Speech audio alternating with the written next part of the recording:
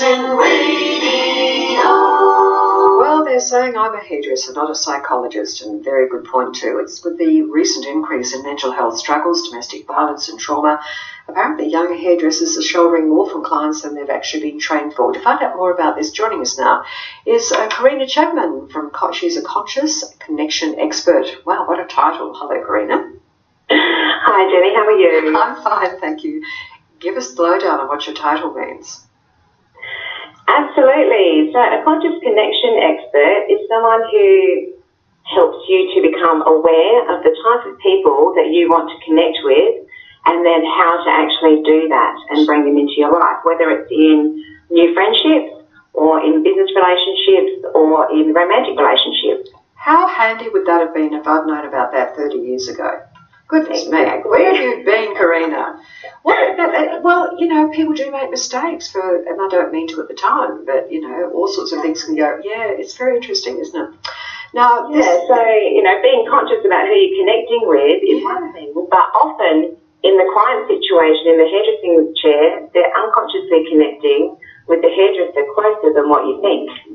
Well, we all know that because we don't allow, like you say here, and it's very true, we don't allow strangers to come up and run their fingers through our hair or stand as close as they do. We all love our hairdressers and we trust them, I suppose, to make us feel better about ourselves. And so we start to share things. It's a heavy burden, is it not, on some of the younger ones? Absolutely. They're really ill-equipped to deal with people sharing about difficult family situations or deaths in the family. Things like that, you know, 16 to 18-year-olds, say, don't really have the concept on how to respond correctly. Well, how do you get around this? I mean, do you say to clients, please don't share your intimate knowledge with us or your problems, keep them at home, or have a sign at the front door? Well, the thing is, a lot of people don't actually mean or intend to share things with their hairdresser. They don't realise that the barrier goes down and suddenly they're blurting out these things that they actually didn't mean to share. So it's just something that happens, and I think that if the young hairdressers can be more aware that this is a common occurrence and have some extra training perhaps put into their the start of, you know, when they're doing their study in trade school, it would help them to be able to cope in an appropriate manner to be able to respond to people that are in need. You know, it's very interesting that it's taken this length of time for this experience to be shared and perhaps be looked into, and it is a very good idea. The only thing is, you know, they're still quite young themselves. They haven't experienced life a lot, and how do you train someone to listen to these things and then perhaps suggest, you know, you've got a young head on a young body and suggest they go and get counselling or something? I mean, what the heck are they going to say? Well, I think a mistake that a lot might be making would be to try to give advice, and that's not what we're there for as hairdressers. I do have over 30 years' experience within the hairdressing industry in both teaching and also having salons, and I really saw, you know, a lot of things shared with apprentices that they didn't know how to cope with. So if we can teach them just to respond in an empathetic manner, and then even have access to some information that can help these people, then you tend to find that they're more likely to pick the phone up and call when it's a third-party referee, rather than having to say they were experiencing domestic violence. Looking up on Google who to call might just be a little bit too difficult, and they're not sure that it's the right one, so they don't call. Whereas if someone that they trust says, you know, here's a phone number, they can help you, then that could actually be connecting the right services together with those that need. Yes, I agree there. They can't be giving their personal advice on it, but to be able to refer them to somewhere else, I think that's a fantastic idea. How are you going to implement this? Is it going to happen, or is it something that's on your wish list? It's on my wish list at the moment, but I feel that with the COVID situation and the ongoing stress that really everyone is feeling, more people are being affected by mental health issues, and sharing with strangers sometimes is easier than sharing with your family or your partner. Yeah. So there is going to be a need for this sort of thing to be implemented within the hairdressing training, just so they know how to respond and have that consciousness that this is a common occurrence and we need to tread little bit lightly. Oh, You know, be empathetic, be helpful, but, direct them in the right way.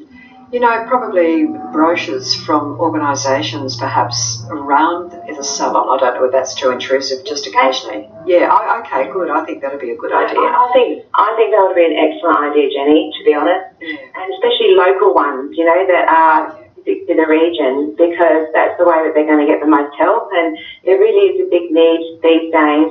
And I know resources are low, but if we can connect people that need it in a time of need, then I think it's going to help everyone. Oh, look, there's a couple of case histories here. A 22-year-old you mentioned, second-year apprentice, said she's heard about domestic violence issues, drug and alcohol issues, suffering from depression, anxiety. Oh, my gosh, it's such a heavy thing to try and fix over, just there and then on the spot, like doing a trim or a colour. My gosh.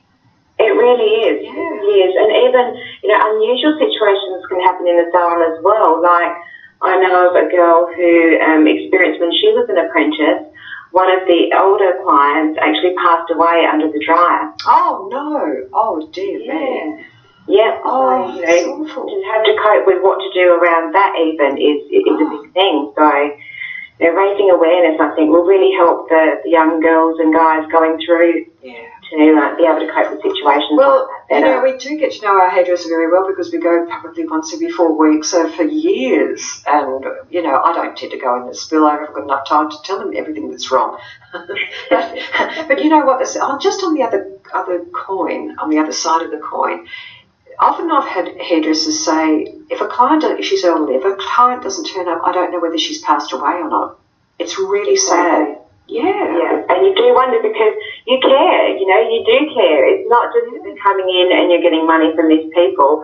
You do have this good relationship and you really genuinely care what happens, to them. And if you're using a salon, sometimes you see the decline of your favourite clients, and it really hits you when they don't come in anymore. I've had a couple where their daughters have come in to let us know.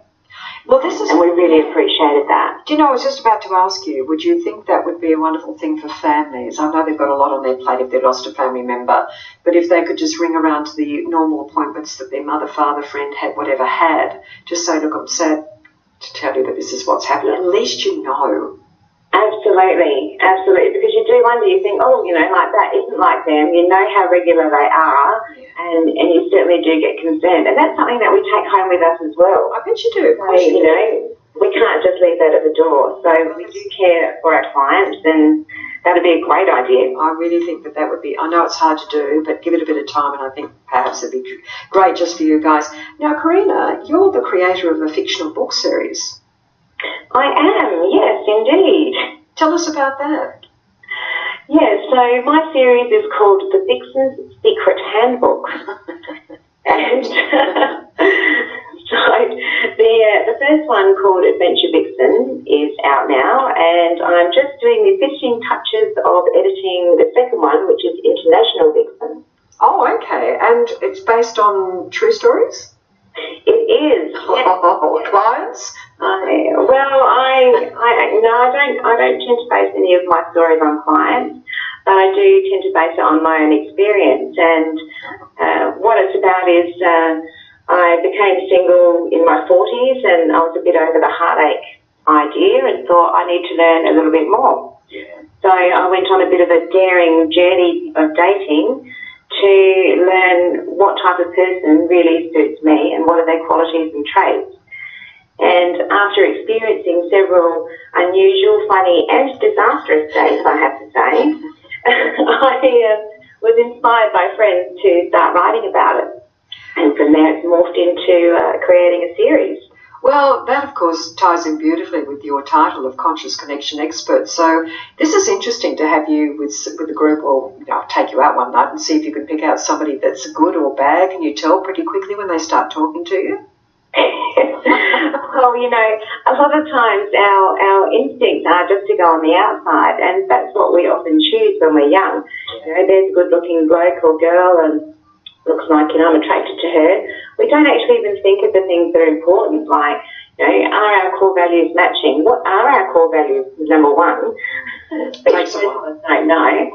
And then, what interests would we like to have in common? You know, is family important to them? What's religion like? We're not thinking about that. So often we connect with someone at first more on an attraction physical basis, but then later on find out that really they don't have the same values as us. That certainly happens. There should be a sort of a criteria that you've got to follow on a date, a list of questions, and just tick or cross or tick or cross. Exactly. Well, one of my friends recently started dating a girl, and he's in his late 30s, and found out after 3 months of dating that she really wanted children, and he definitely does not. Ah, big question, that one. Yeah. Yeah. If he had found that out on the first date, he would have known straight away not to spend 3 months together, because she's on the time clock ticking at the moment of definitely wanting a child. Yeah. So there's another 3 months gone for her, and the start of a relationship that had to be broken. And it's sad. And, you know, the difficulty, I guess, in the first couple of dates, 3 months you should have been able to find that out. But if you had a couple of dates, you're not going to be asking those sort of things straight at the top, are you? Well, I think we need to rethink that and start finding out from, day dot, so that we don't waste our time, because everyone's time is precious, and we want to make sure that we're all looking for, a similar type of thing, or what's really important to us is going to match. Yeah. Oh, look, it sounds great, a perfect ideal, but, sadly people make mistakes, and that's why we have the divorce. And believe me, I've made several times. I had to learn. Get in the queue. Exactly.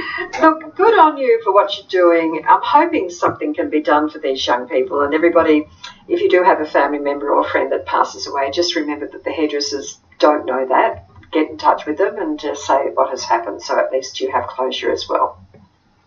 Definitely. Yeah, Karina, lovely to speak to you. Thank you so much. And with you. Thanks so much, Jenny. Bye-bye now, Karina Chapman, a conscious connection expert joining us.